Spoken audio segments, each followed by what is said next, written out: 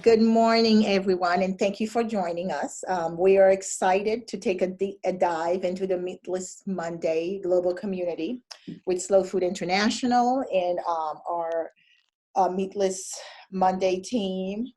My name is Daphne Altima Johnson. I am a program officer here at the Center for a Livable Future.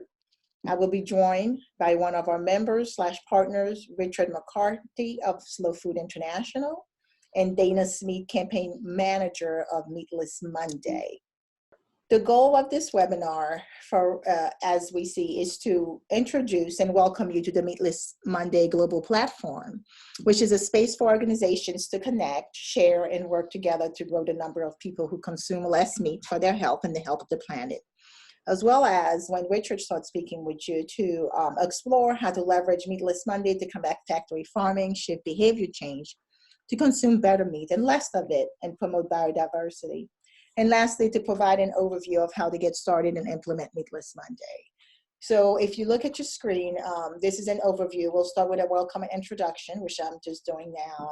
And right after that, we'll go into an introduction of the Meatless Monday Global global video, which will show you, which was done by the Monday campaigns, which will kind of give you an overview of our program. And then we'll shift into Slow Food's presentation. Again, and then another video, we'll play a video for you with kind of highlights the platform, what you can do with it, and how to navigate it. Then I'll do a short presentation for you about Meatless Monday, what we have as far as research and practice. And then Dana would end with how do you get started if you're interested. Lastly, we'll follow with Q&A. But before we begin, I have a couple of household items for you. All participants will be muted. We'll like you to use the Q&A to post questions as you have them, but we will not answer them until the end. It makes the presentation better, just flows better. And if you're having technical issues, however, use the chat and we will try to address them immediately. Lastly, this webinar will be recorded. For some of our friends who will not be here, who are not able to make it with us, we will record it and we will post it on our platform. So just so you can have an idea who we are, I'm on the left is Daphne. Richard is in the middle with Dana from the Monday campaigns, far right. So we will be your community members. We are your community members that will be presenting to you today. We are excited and we are ready to begin. We'll begin with our short video.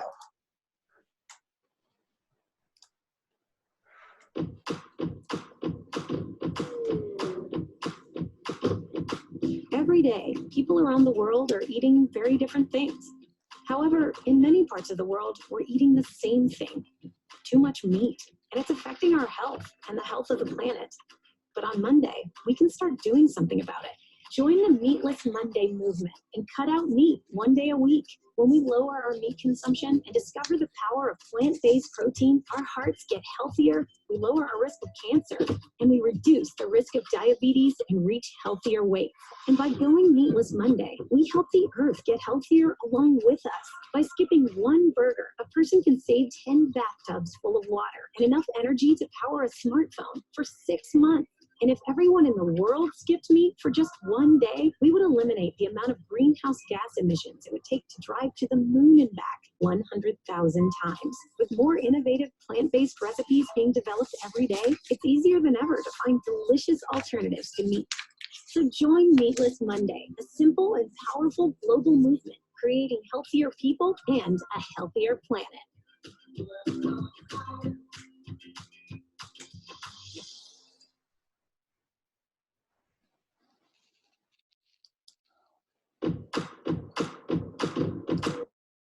Here we go.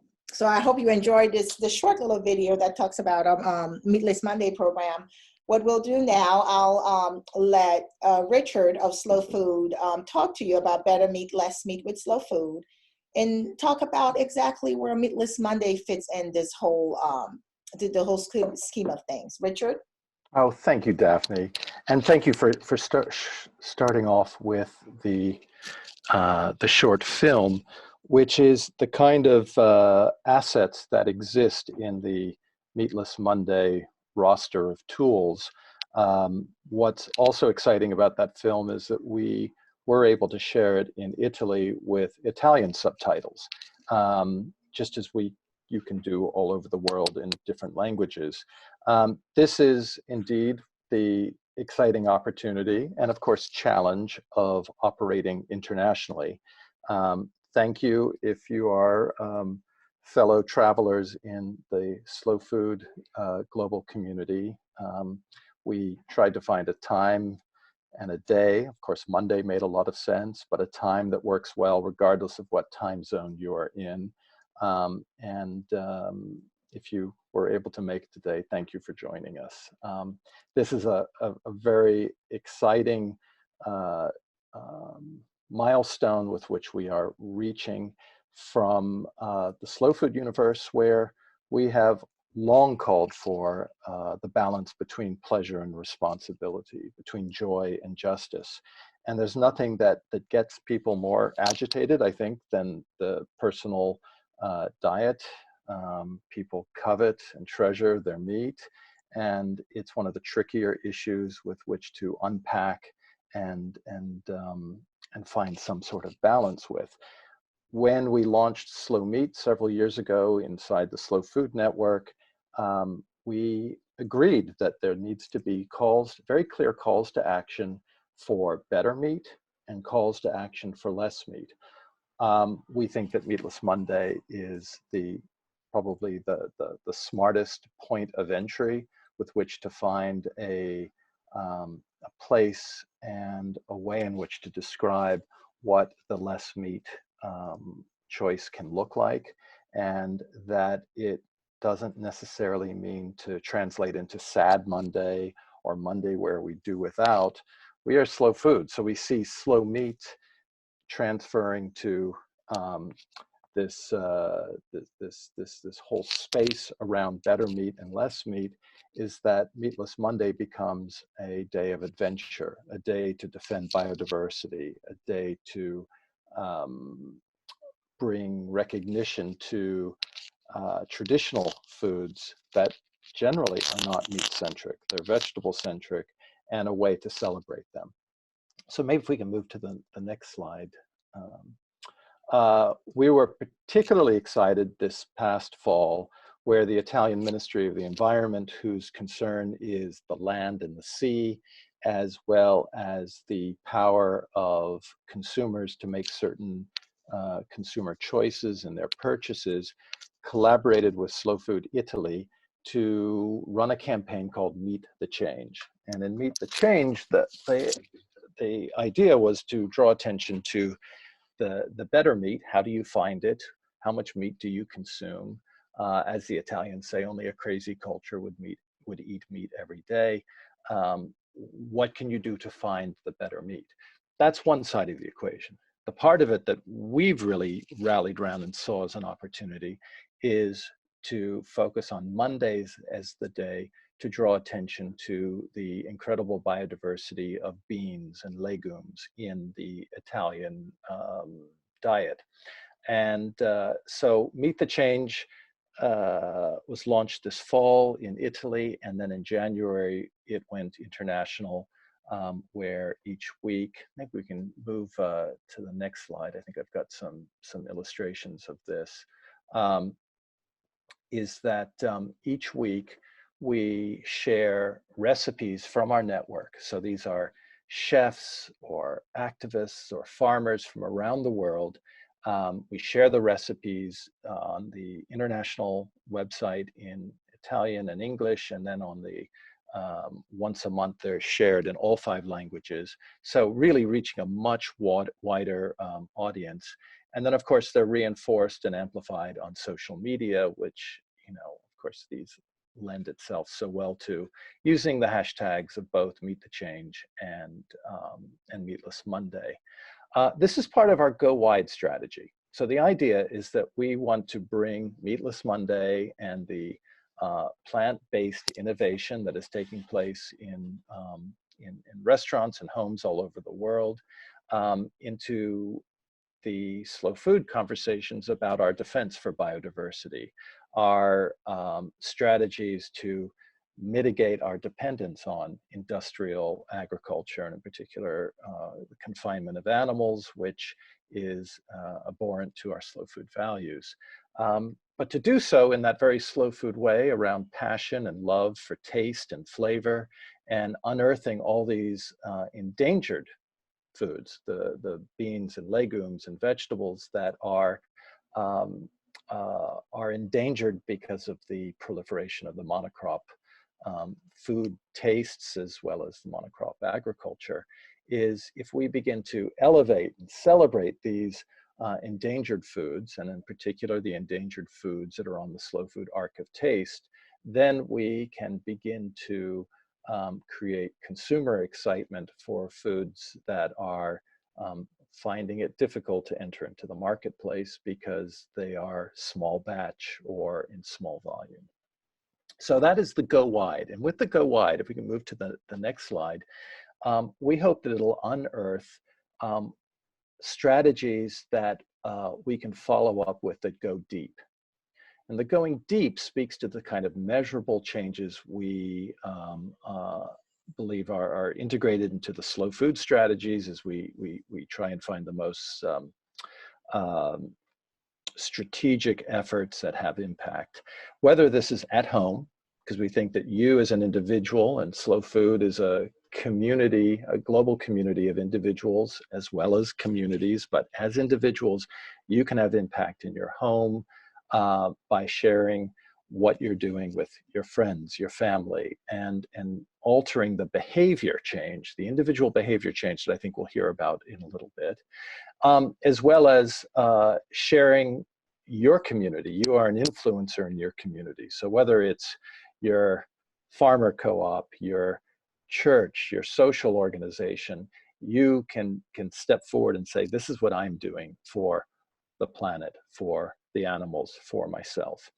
And then where, of course, we have found Meatless Monday has had sort of the most extraordinary impact is at work. And this is not just what you bring to lunch on Mondays, but what does this mean for restaurant menus, for canteens, to begin to alter the experiences that we have on a weekly basis, where no matter where you turn, Meatless Monday is there as an option.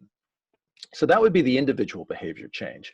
And then if we could go to the next slide, we can actually explore what we're particularly excited about and is the core of Slow Food's values, is that we want to change the world through food. And this is a great strategy to do that. We have been highlighting ingredients, so the beans and legumes, part of the Slow Bean Network, endangered vegetables, as well as the important food culture from around the world, and sharing these recipes and then activating them. And in China, at the start of the Chinese New Year, the Year of the Rat, the Good Food Fund and Slow Food Great China collaborated with a cooking contest in this extraordinary eco-village in Beijing, to rally people around embracing Meatless Monday in the village where people live, and in the contest where different chefs and cooks presented recipes featuring Arc of Taste ingredients that are meatless. And the winner, who is pictured in the slide, won a ticket to Terra Madre in Salone del Gusto in October in Turin, and will feature the recipe that she won. In Brooklyn, I think we'll hear a little bit later about the collective behavior change in schools, in public schools, where kids and parents rallied and inspired school leaders, public officials to go citywide with a Meatless Monday strategy. I think this has huge impact on public procurement, has huge impact on kids articulating what they want with their school food. They become protagonists in their own lives, the kinds of advocacy that we love seeing coming out of the school garden movement, as well as the Meatless Monday clubs. In Europe, I'm hoping that we have on this call our colleagues at Friends of the Earth, who are doing some really important work around fighting factory farming, the confinement agriculture, which is, of course, not just in America, but also throughout Europe, is how can we utilize Meatless Monday as the leverage point with which we minimize our dependence on industrial animal agriculture by not requiring every meal to have and feature industrial animal agriculture. So these are opportunities to go in deep in specific places where other partner organizations are leading some really important public advocacy work. And then, of course, our leaders throughout the Global South, where food has always been fruit and vegetable and legume and grain centric and not meat centric, is also an opportunity of dispelling some of the myths. And I think in particular our colleagues in Kenya, who, Kenya is known for its love of meat and its meat restaurants, but the food in Kenya is actually mostly greens and legumes and vegetables with a little bit of meat. And I think helping them to rephrase and reframe their food culture is something that they found particularly valuable, especially because the proliferation of fast food and its high dependence on confinement animal agriculture is impacting chronic diseases throughout the Global South. And then if we can go, I think I have just one more slide. And is that, as Slow Food, we are a generalist organization. We look at things holistically. We're interested in systems change, but we are, we're not specialists. We are generalists, and that means that there are many different points of entry, whether it's personal change and the individual changes that we make for ourselves and our families and our households, the commercial change and the opportunity there is to promote the beans and legumes and endangered fruits and vegetables, huge opportunity for the growth of those traditional products, the sort of carbon agriculture we believe in, as well as an opportunity to create more of a level playing field for the animal agriculture done right.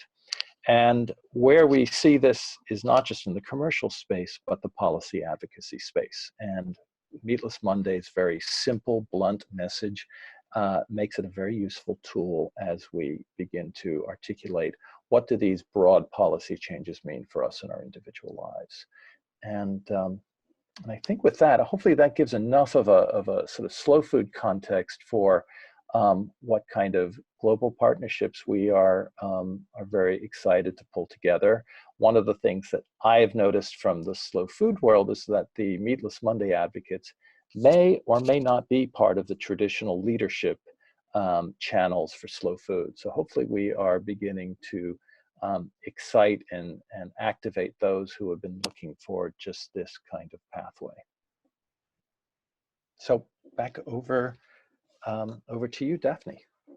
Thank you so much, Richard. That was actually very, very good.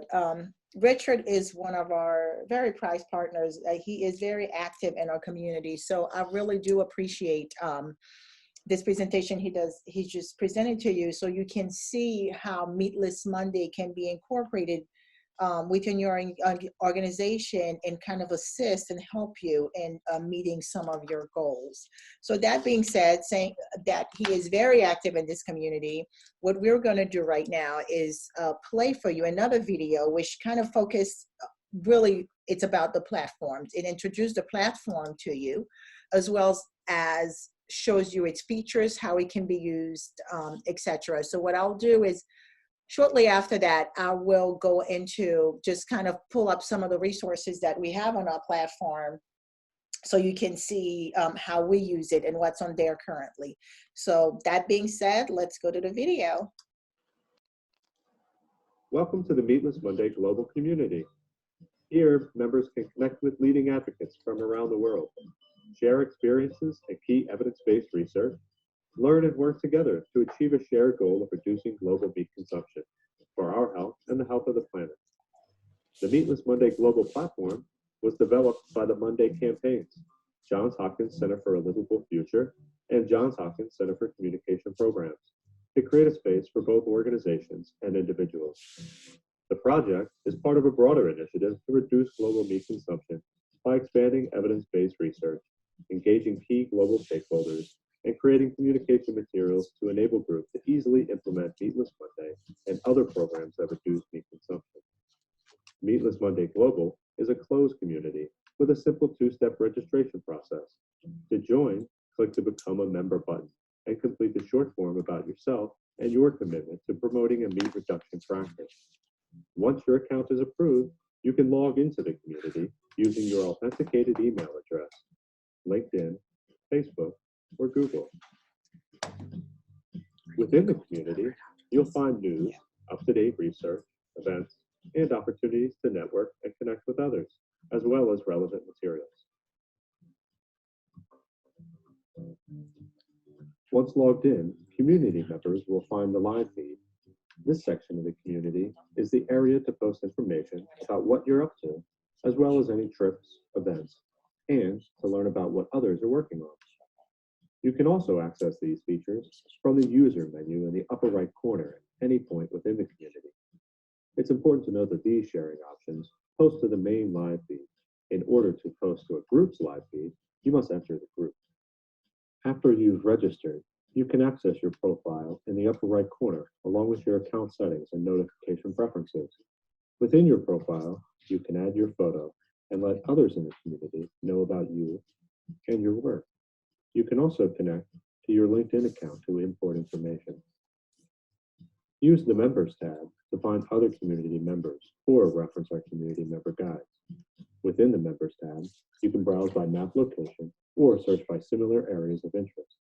When viewing another community member's profile, you can reach out to them using the Send Message button. Groups are a key feature of the community. Groups are small communities within the main Meatless Monday Global community. They are organized by region, topic, practice area, and organization type, making it easier for members to connect with like-minded people. Groups replicate the main community's features for customization by the group's administrators. As our community grows, we hope that members will identify additional common interests to establish new groups. To join a group, click the Join or Request to Join button in the group's header. The forums provide community members the chance to engage in discussion and respond to topics of interest. The discussions are categorized by topic to help members browse the conversation. You can start your own discussion. Just click the New Discussion button and complete the form. Here, members can contribute to ongoing discussions or join live chats with subject matter experts. The main Resource Center contains research briefs from Johns Hopkins, as well as a selection of Meatless Monday creative material and implementation guides to help organizations start programs. We hope these resources will provide a starting point and that other community members will suggest their ideas, research, and other resources to expand Meatless Monday and other strategies for reducing meat consumption around the world. Thank you for your support of Meatless Monday Global and your commitment to global efforts to reduce meat consumption. Please join us and share with others.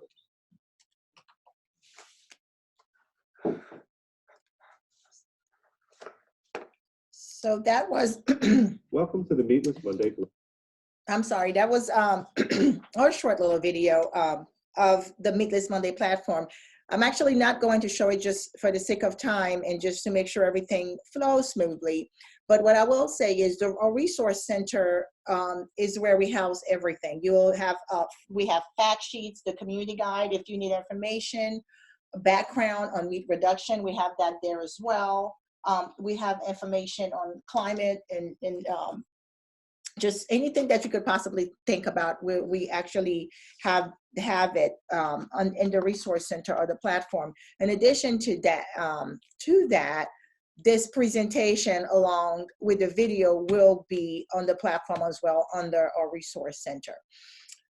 So that's what I'll leave it at that. And if you have any questions, of course, I'll answer it about the platform. I'll answer it at the end. And of course, I have Rebecca here with me. She's the platform community manager. She'll be able to answer that for you as well.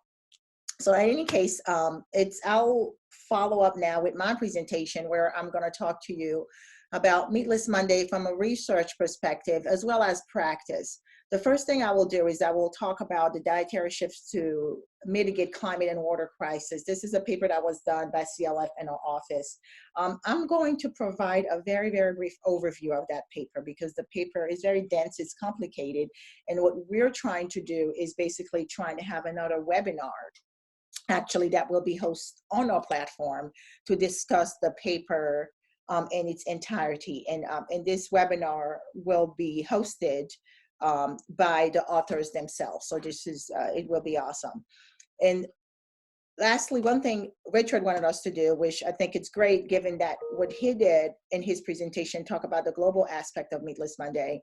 I'm gonna talk about how Meatless Monday was done in the community, specifically of Bedford. So I'll present that to you as well. So to basically start, if you look at this slide, you see it is, you know, full of color. You see those 4 intersecting challenges that we have: climate change, obesity, underwater, and freshwater depletion. Malnutrition itself is the leading cause of poor health globally. So when you think about malnutrition, it actually, within its forms, it's also undernutrition, it is obesity. And with the effects where climate change come in, with the effects of climate change, the health challenges have gotten worse as it relates to obesity, undernutrition. And where freshwater depletion comes in is that 2/3 of our population right now globally experience extreme water scarcity. And so together you have those 3 pandemics: obesity, undernutrition, and climate change. That's what represent the global syndemic that we have. And the major driver of that you see is actually food and agricultural systems, as well as some other ones, but we will focus right now on the food and agricultural systems. So for my part, what I'm going to do is actually show you how small changes with our consumption, specifically meat, can lead to great impact on the environment and eventually our health. And hopefully you understand that excuse me, that there is not one size fits all solution to the triple challenge that we face with climate change, freshwater depletion, and malnutrition. It all depends on the context that we have per country. So we'll going back to the paper. So last fall, our office, the Center for a Livable Future, published a paper entitled "Country-Specific Dietary Shifts to Mitigate Climate and Water Crisis." What this study did, it models greenhouse gas and water footprints of non-plant-based diets in 140 countries, and it compared them to typical diets in that country. So again, as I said previously, is that there is not one size fit all to this challenge that we feel and what we have right now. And what made this paper special is that it looks at environmental impacts of diets on a country by country basis. And so I'll start with, again, the greenhouse gas footprints, including deforestation, was included in the paper, was taken into account. We took into account blue and green water footprints. When we talk about blue water, it refers to fresh water stored in lakes, rivers, and aquifers that can be used for irrigation. Green water refers to rainwater that is available in the soil for plants to use. I talk about the baseline consumption patterns. So we have, which is really an approximation of the country's current dietary patterns.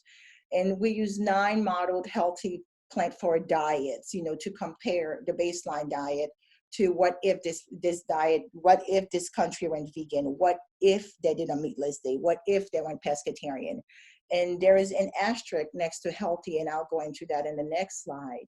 Again, this was done for 140 countries. The reason 140 countries were selected is because that's what we had data for, readily available. And we accounted for culture, trade, and countries of origin. And for example, the reason, and I don't believe there's any paper that has done that before, but for example, let's say countries that import beef from Brazil, they will have a higher greenhouse gas than, let's say, Denmark, because in Brazil, there's deforestation for grazing land and feed.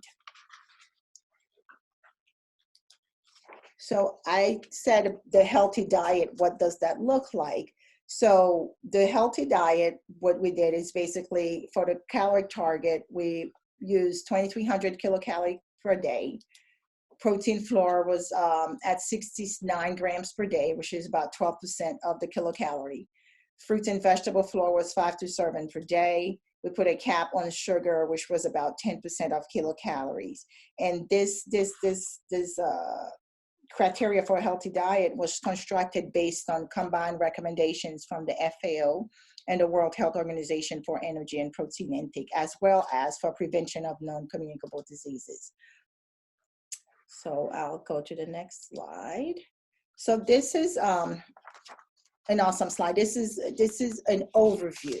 When you look at the paper, so when you look at this, as you can see on the slide, on the y-axis is per capita greenhouse footprint, and on the x-axis are the countries, different countries, diet consumption.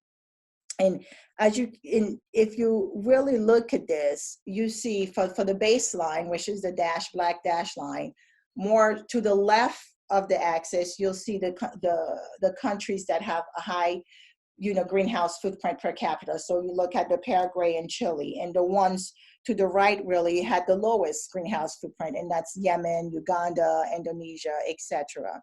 And let's say, for example, going to the yellow square dot, let's say a country decided to go meatless for a day. So what happened, as you can see, compared to the baseline, it will vary, it lowers, as you can see, the greenhouse gas footprint with the yellow line. And of course, you look at the different diets, like I said, 9 diets, were modeled. You look at the vegan diet, of course, you see how low compared to baseline, the greenhouse gas footprint decrease when someone goes vegan. So that's basically the gist of it.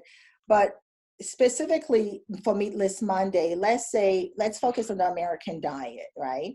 So if the average American had one meatless day every week, they will reduce their greenhouse gas emission by 71 kilogram a year, equivalent to reducing an annual mileage in a typical US passenger vehicle, okay, by 174 miles. That is huge.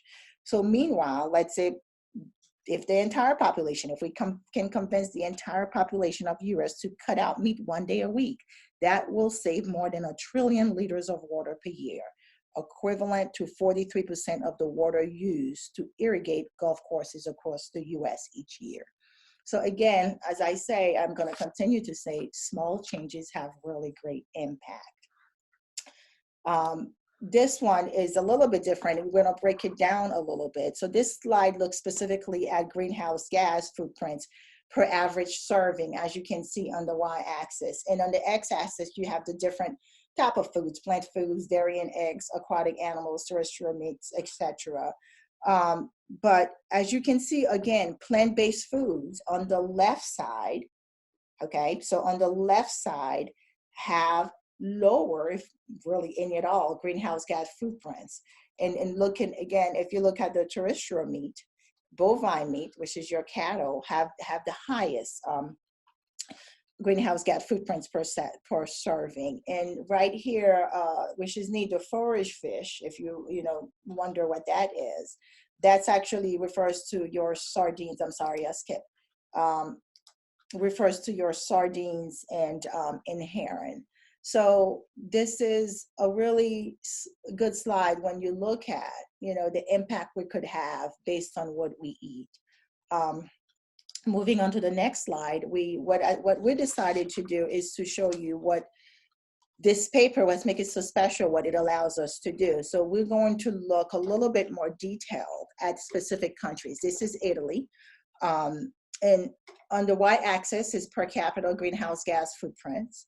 Okay, and the x-axis is the different diets that were used. And this right here, the box represent the different colors of foods. So in the black dotted line, which you're seeing here, is the 2050 Eat Lean Set target. Okay, so looking at Italy's current diet, you can see the breakdown according to the adjusted food groups, correct? So grains stand for the plant foods. What percentage of the diet is dairy? What percentage of the diet is bovine meat, etc. So when you look at this, you look at the different diet where how that will affect per capita per person. If let's say someone decided, you know what, we're going to go vegan. So you'll see that has the greatest impact per capita for the greenhouse gas footprint. And as well, if they decided, compared to the baseline diet, if they decided to go meatless, per person, how they will fare out as well. But let's take it one step farther. This is, per person. So let's look at the whole population. Let's say 5% went vegan. Okay, so you'll have a 4.1% diet-related greenhouse gas reduction. And let's say, again, Meatless Monday, 50% of the population did Meatless Monday. The reduction in greenhouse gas will be 8.1%. Again, small changes have big impacts, and that's what we really, really want to focus on. Moving on, let's just choose another country. This is South Korea. Again, the same thing. Of course, as you can see from the previous slide, their baseline greenhouse gas footprint is different because their diet consumption is different. And you look at their meatless day. Okay, let's see. Here's the target here. Their meatless day. Compare if they decide to go meatless, just one person, they will decrease their footprint compared to the baseline diet. And so let's say, they decided to go, we'll look at the population scenario, 5% of them decided to go vegan. 3.6, I'm sorry, keep pressing this button here, 3.6% diet-related greenhouse gas reduction we will have. If 50% of them decided to go meatless, we will see a 7.7% diet-related greenhouse gas reduction. Small changes have great impact, which is why a program, as Richard stated, like Meatless Monday, is so, so important to the climate, to our health, and really to everything that we do.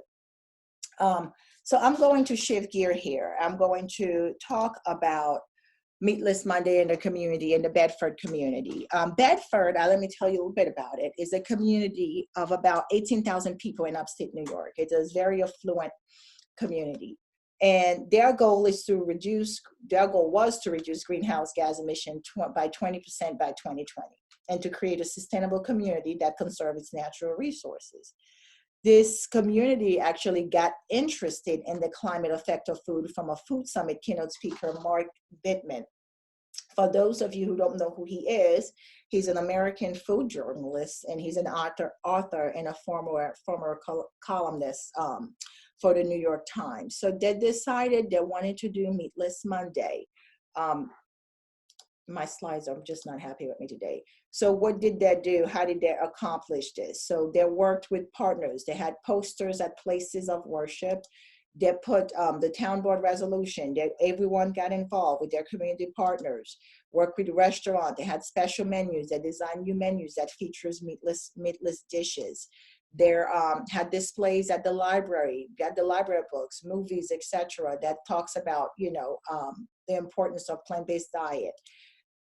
They were promoted at businesses, hospital cafeterias, and the materials were translated in Spanish. So you have 40 community partners. The restaurants promoted it. The business hung up posters. They gave out brochures, posted graphics related to the campaign. And of course, there were book displays and movie nights. So the whole community was on board of wanting to do this, of wanting it to be successful. And of course, I will say some of these materials that they have, if you go on the Meatless Monday website, all these graphics are free of charge, are provided by the Meatless Monday campaign. And they started on their program in 2010. Again, we will say by 2017, their goal was to 20% to reduce their greenhouse gas emission. By 2017, they already reduced it by 44%. So I will say, well, let me just actually go back there. Let me tell you what they did. When they implemented the program, they measured meat consumption at baseline, and they again measured it at 12 weeks. And again, at 6 months, they measured meat consumption as well. So what we saw is that the program was largely successful. And the results show that the awareness of the climate impact of food grew, which is in that community, which is really good. The community's commitment to reducing meat, even at 6 months after the campaign even ended, it was still strong. It remained strong. And people who participated in Meatless Monday made changes in how they cook, how they ate out at restaurants, and how often they ate. Again, keep in mind, this was a community program. Everyone was on board. So given that the restaurants did, change their menus to meet that change, to participate, it's a very good thing. And stakeholders' involvement and civic engagement were key to the promotion, and they maintain that goal, they maintain that commitment to themselves and to the community. And much of the success of this program is attributed to the robust volunteer program and the supports of the business partner, media, and communication members. We can't say that enough, because it often takes a village for something like that to succeed. And in Bedford, it's an awesome example of how to do it and how to make it successful.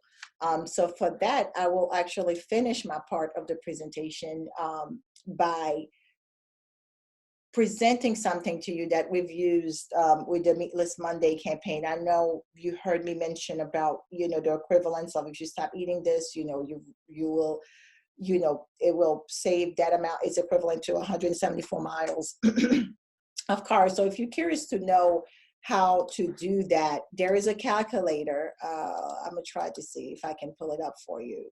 Yep, this is an EPA let me see if you can see it. Let's see.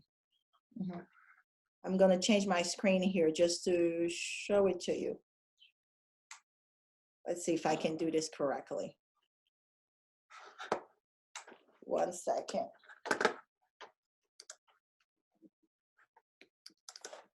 Here we go. Now you can see it. So let's just see. This is where we get a good amount of our data. So if for example, a quarter pound of beef is about 2.8 kilogram of carbon dioxide. So let's say we want to know if we have a pound of beef, which is about, multiply that by that 2.8 gives you about 11.2. Let's say I type 11.2, right, kilogram. We change it to here, we put it's into kilogram, that's our unit of CO2, carbon dioxide equivalent. And let's see what it does. If we hit calculate, this is an awesome tool we love. And what it tells you is that right there, 1 pound of beef is equivalent. If you stop eating miles driven, 27.8 miles driven by an average passenger vehicle. It talks about, pound of coal burn for you to get that burger as well. It goes into, 1,428 number of smartphone charge with 1 pound of beef. So this is a cool tool. I won't, focus on it too much, but we did want to show you there are tools out there. It's an EPA. It's from the United States Environmental Protection Agency. It's a tool that we've used that could be of use to you as well. If you want some numbers, if you want to show the effect of, of what we eat on the environment, energy and the environment. So I'll stop sharing that and we'll go back to the presentation where Dana will talk to you about, Meatless Monday, give you a really bigger overview of, if you're interested, how to get started, and talks about, she goes into, how, if you want to do it in school, if you want to do it in your community and or your business, and how to go about doing that. So Dana, it's all yours. Great. Thank you so much, Daphne. And thank you everyone for joining us this morning, or perhaps this evening, depending on where you are.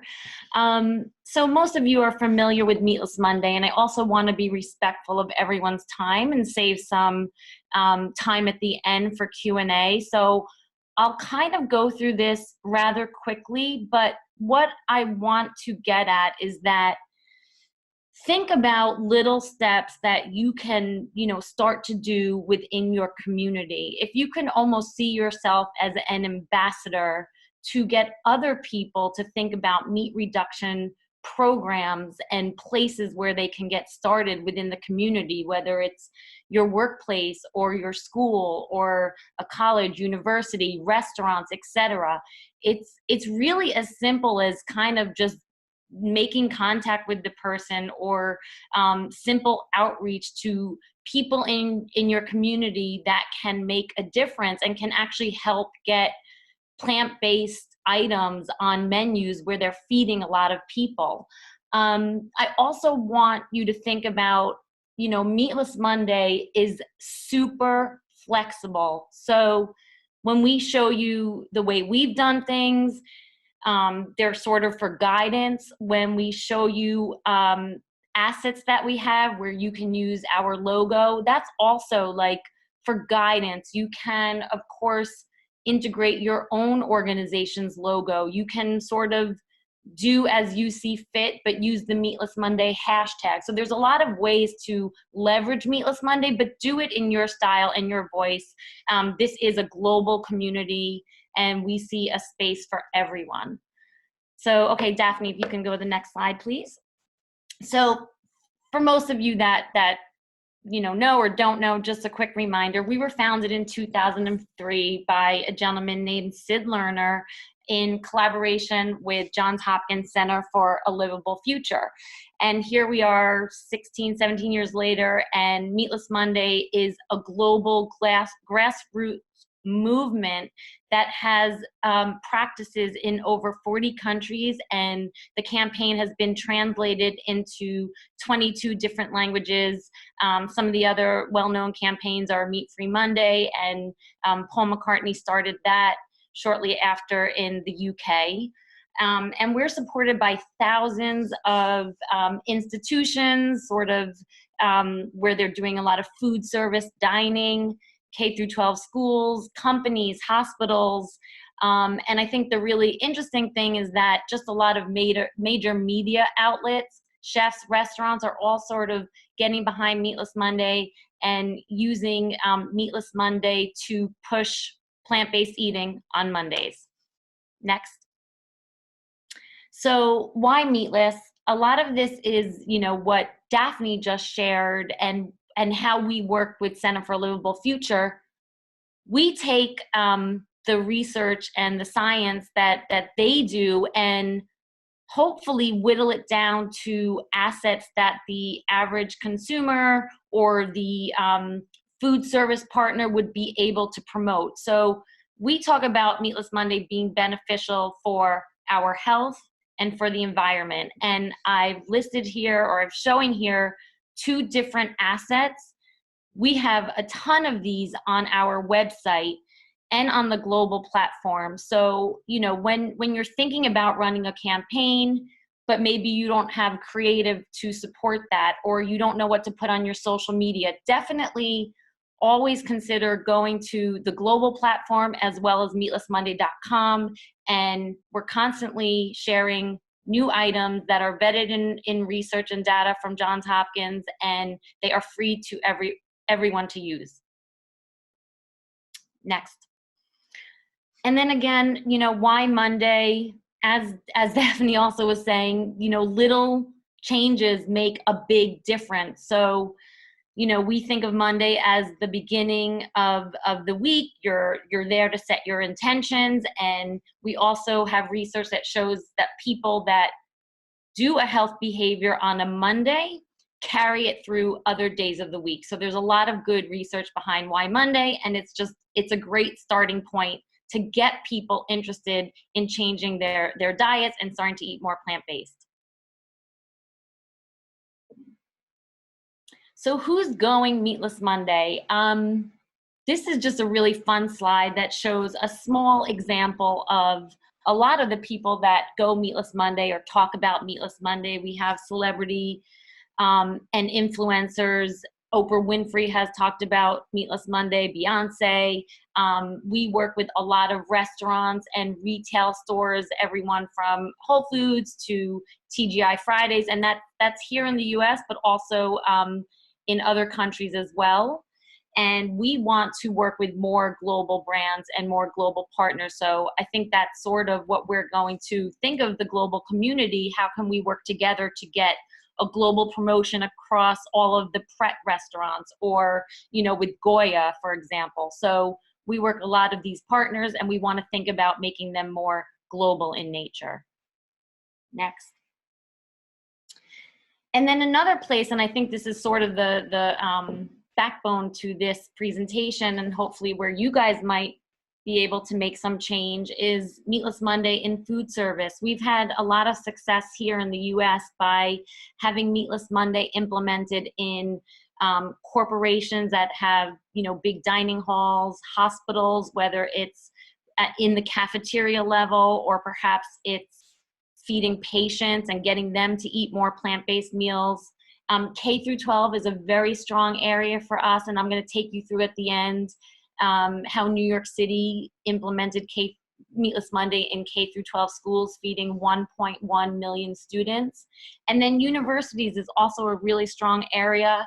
For us, this generally comes from the students having a passion for sustainability and the environment. And so, oftentimes we think about how can students and kids be ambassadors for Meatless Monday. So we'll talk about that a little bit more. And then, of course, the global movement, if we want to talk about who's doing Meatless Monday, and it's thanks to a lot of people that are on the phone right now, and people across the world that have some sort of Meatless Monday, Meat-Free Monday. And you could see, I think we really love this slide because it demonstrates that you can make a meat reduction program part of your own organization, part of your own planning and your own thinking, and it can look the way these all look and have your own logo. And I think it's just, shows how grassroots our community is.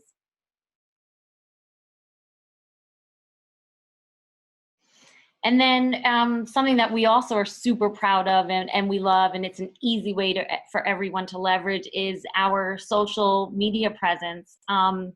We did some analysis, and this past year, the hashtag Meatless Monday had approximately 4 billion impressions. And so what we find when we, dig into our hashtag and look at some data and actually just kind of open up social media and put in the hashtag and see who's using it, it's amazing. Food media, bloggers, influencers, chefs, celebrities, advocacy groups, slow food, all these people are hitching themselves on Meatless Monday to drive traffic and to get, their followers engaged. And we love that it's just a weekly reminder. It's the start of the week. And when you think about perhaps starting programs in your community, whatever you're going to do, use the hashtag, and that should drive engagement to your posts. So, I know we've talked a lot about all the good things and the sort of foundations of Meatless Monday, but, practically, how do we get started? How would you think about getting started in your community? So, I always like to think about your network and your area of interest and your sphere of influence. If you know a lot of people in the restaurant industry, try to go there. If you work in a corporation that has a huge dining hall, maybe start with your HR department or start with the food service people within your organization. So think about, where your influence can be. And then it's really a matter of, creating a list, getting your contacts together, and reaching out to people.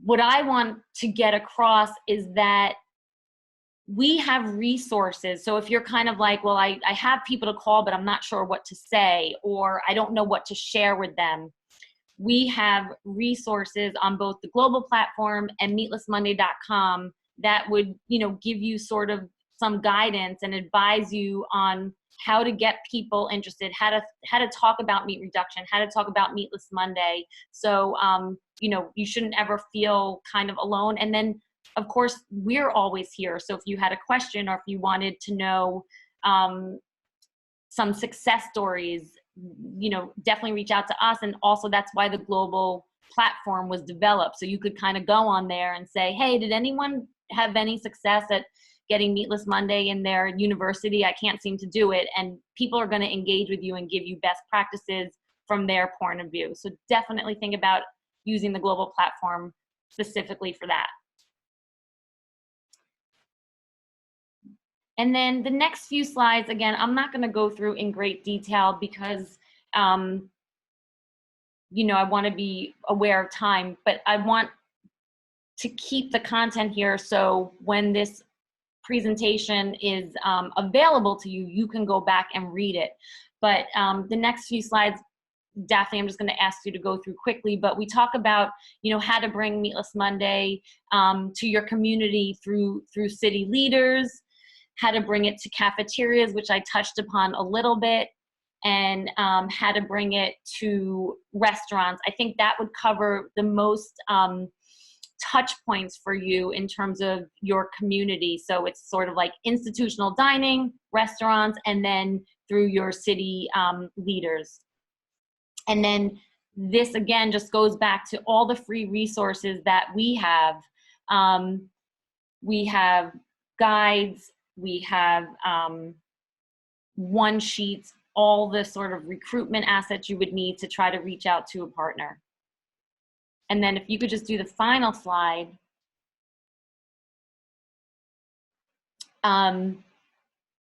This is a really cool story. It's kind of in line with what, oops, if you could go back up. It's kind of in line with what Daphne showed for Bedford. And we like this, we call this a community success story in New York City.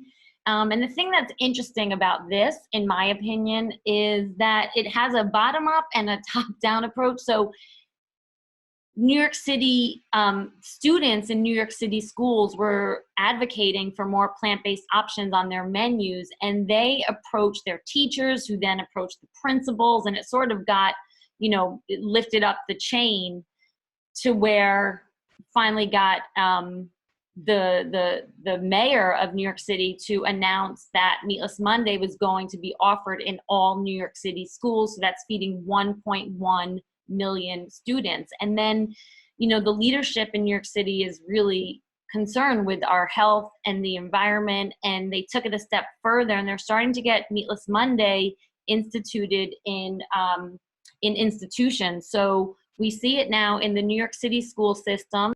So I think I'll just close out by saying New York City really took a stand in terms of implementing Meatless Monday in their bigger institutions where they're serving a lot of food and where they can definitely make a change. So New York City public schools, hospitals, the prison system, and in general, they made a Meatless Monday proclamation to the city so that, the city leaders can show their support. And I was just going to close out by saying, I'm always available if people have questions or want to understand more about how to start, how to use our resources. And just to remind people that Meatless Monday is the beginning of a meat reduction practice, and we're the beginning point towards on the continuum to getting people to eat more plant-based meals. So you might start with Meatless Monday and then, bring in your campaign, or think about how you might use Meatless Monday as a launching point. And we are here to help, so definitely reach out.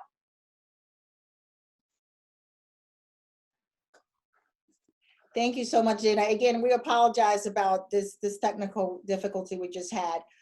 So what we'll do is, what I want to emphasize as well is the Meatless Monday campaign is, as far as it's a starter behavior. It is for those people that are meat eaters that don't know where to start. that having, you know, difficulty is just like, you know, Meatless Monday, cut meat out one day a week. And I'll go as far as saying, if you're having a really, for those of you that have, you know, people that are having you know, very hard time doing, start with one meal on Monday, you know, eventually move to, you know, 2 meals and then 3 meals. And eventually it's a continuum that you'll get people to eventually go towards a plant-based diet. So again, Meatless Monday is a starting point. It's not, you know, the only way to do it, but definitely it is a great start to get you on a help to get you towards a healthier eating habits and just a better lifestyle. And that's why it's so important that we know that we know what it's about, and that also that we know that it is the very small things. It's a small steps that makes the greatest impact. Again, so we will end this by saying, you know, to join us, you know, as we are trying to change the world, you know, again, one meal at a time.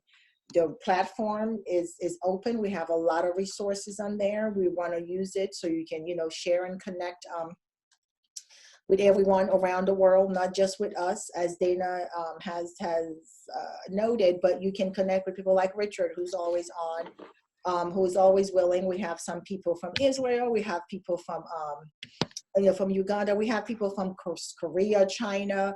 So for those of you who want, you know, who wants to start Meatless Monday and who wants to, you know, who doesn't know how to start, yes, we do have those resources, implementation guide for you. But if you want to talk to someone that's done it, that's been there before, we feel that, you know, that global platform is really where we can get that. So I'll stop talking and you know, and close and end here, but I'll ask you if you have any questions, we at the time for you can ask them now.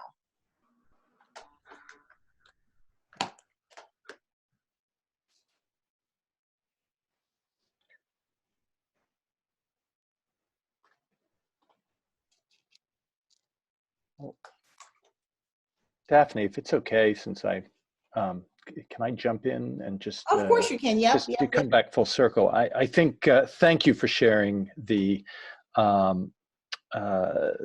depth of resources that are present, and I think the creativity with which you at the Center for a Livable Future utilize, you know, complex peer-reviewed analysis of the impact of industrial and non-industrial meat on our lives, on our economy, on our climate, but that you are also there to help translate these ideas that are very complex into simple language. I think that is hugely valuable to those of us who are interested in social change, is how to translate those very complex messages into something that people can bite, can hold on to. I think listening through the descriptions, you know, one thing that I am certainly always very much reminded of is that Slow Food is not a vegan organization. We are an organization that is very comfortable with that balance between the pleasure that we may enjoy in our foods with the responsibility. So you know, taking the slow food lens, what I see in the this is sort of a call to action to our global network, is in transforming the diets that are available in canteens and in restaurants, is we're not hoping to direct people to other processed foods that may be vegetarian or vegan.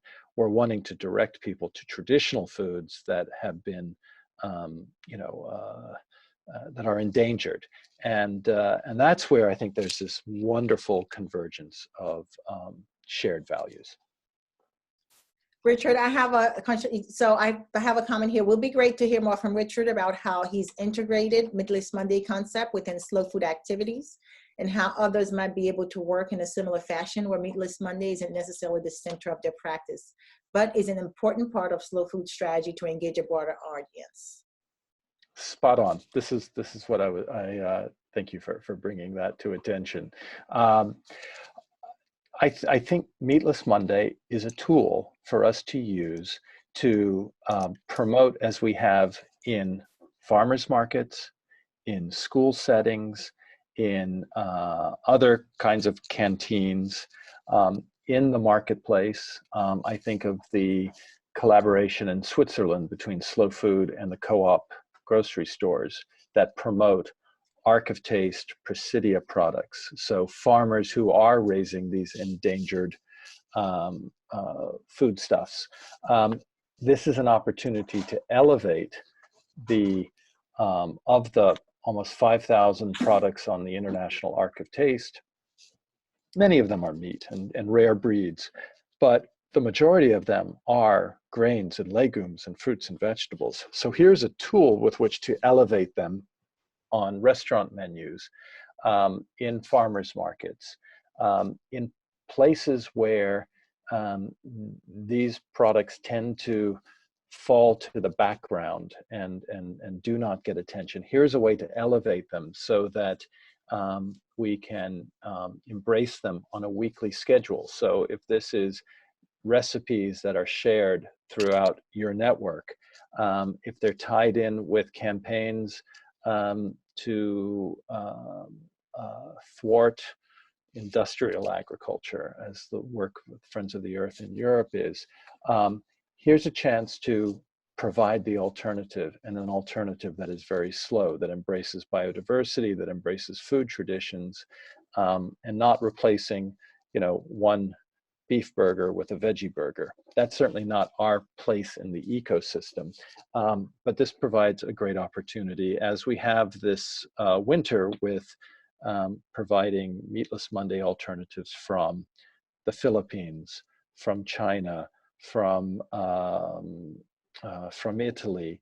These are there for the taking. It's just an opportunity for us to elevate them as ingredients and dishes that we care about. Therefore, we are barreling forward not with what we give up, but what we embrace.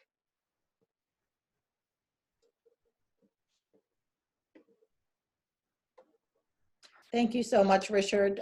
Let's see if we have any more questions.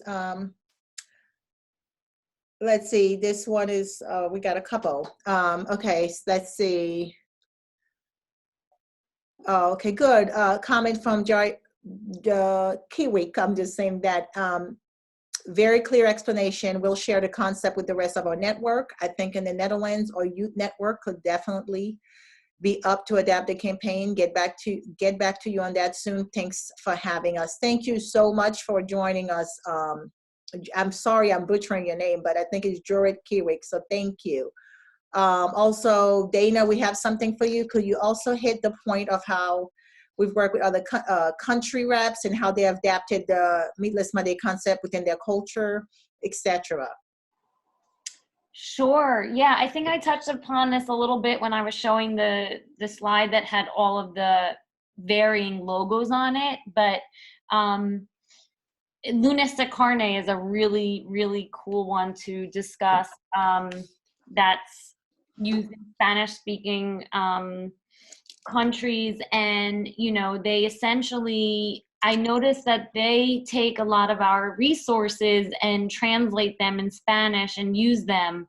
Other countries have Veggie Monday, or some have. I spoke to an organization that was doing it on Tuesday because the name Tuesday rhymed with the first letter of their campaign. And so, for us, it's all about sort of the larger picture of people getting involved with meat reduction campaigns. And again, to be complementary to the way your country is doing it or your organization is doing it. So, we're always here to help with that sort of thing. We can give you English language assets that you can translate, or you can give us a translation and we can help create them through our work with Friends of the Earth. There will be translated materials in several different countries. So when that's available, we look forward to sharing that. But it's just meant to be super, super flexible and appropriate for your country and your needs.